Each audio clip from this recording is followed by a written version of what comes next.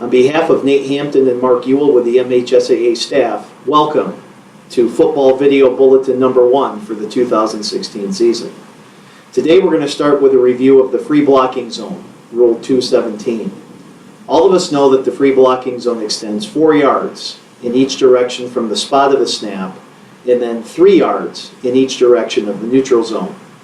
Now, for players to legally be involved in blocks below the waist, they must be in the white shaded area at the time of the snap on the line of scrimmage. Remember that all players involved in the blocking must be on the line of scrimmage and in the zone of the snap, and the contact and ball must both be within the zone. Remember that if the offense is in a shotgun or pistol formation, a lineman can still legally block below the waist only if that lineman goes low immediately at the snap. Here's a couple examples of fouls. Here's the right tackle to where he will stand and delay and then decides to block low. This is a foul for an illegal block below the waist. In the next clip, we'll again see the right tackle. Team is in the shotgun.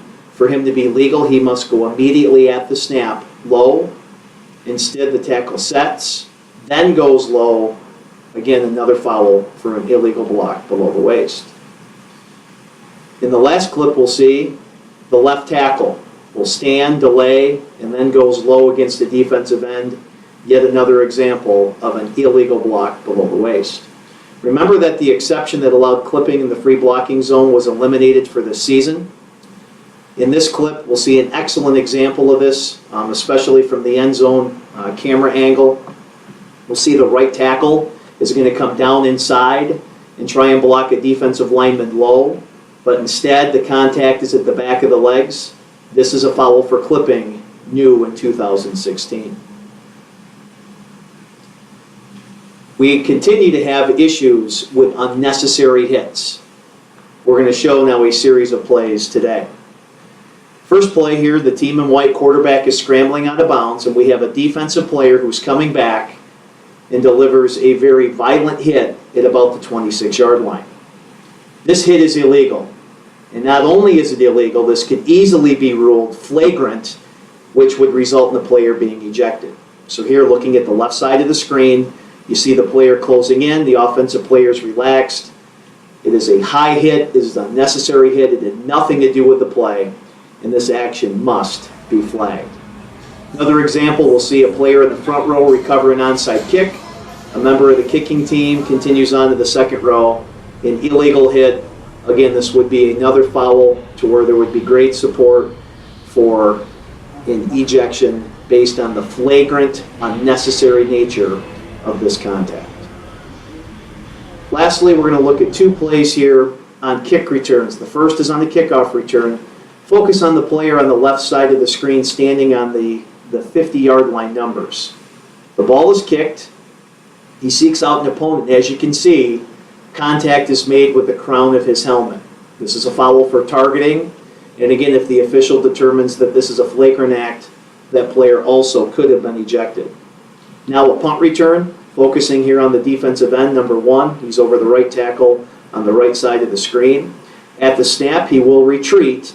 And now watch him seek out number 66, who's moving downfield, trying to find the ball. And again, initial contact is with the crown of his helmet against a player above the neck to the head and shoulder area, a foul for targeting.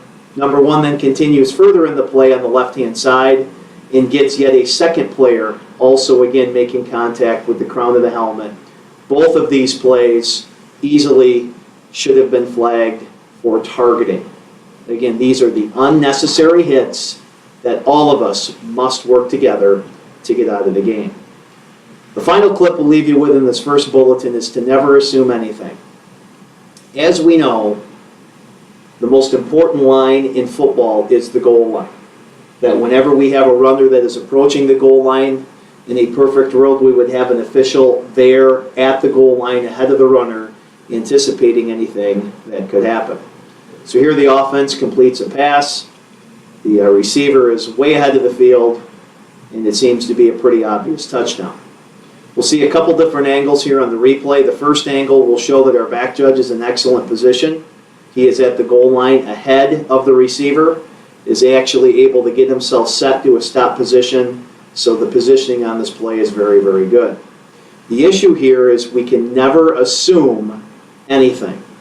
That we must slow down, see the entire play, and make sure that before we signal a score, that the runner has firm and clear control of the ball as he breaks the play to the goal line.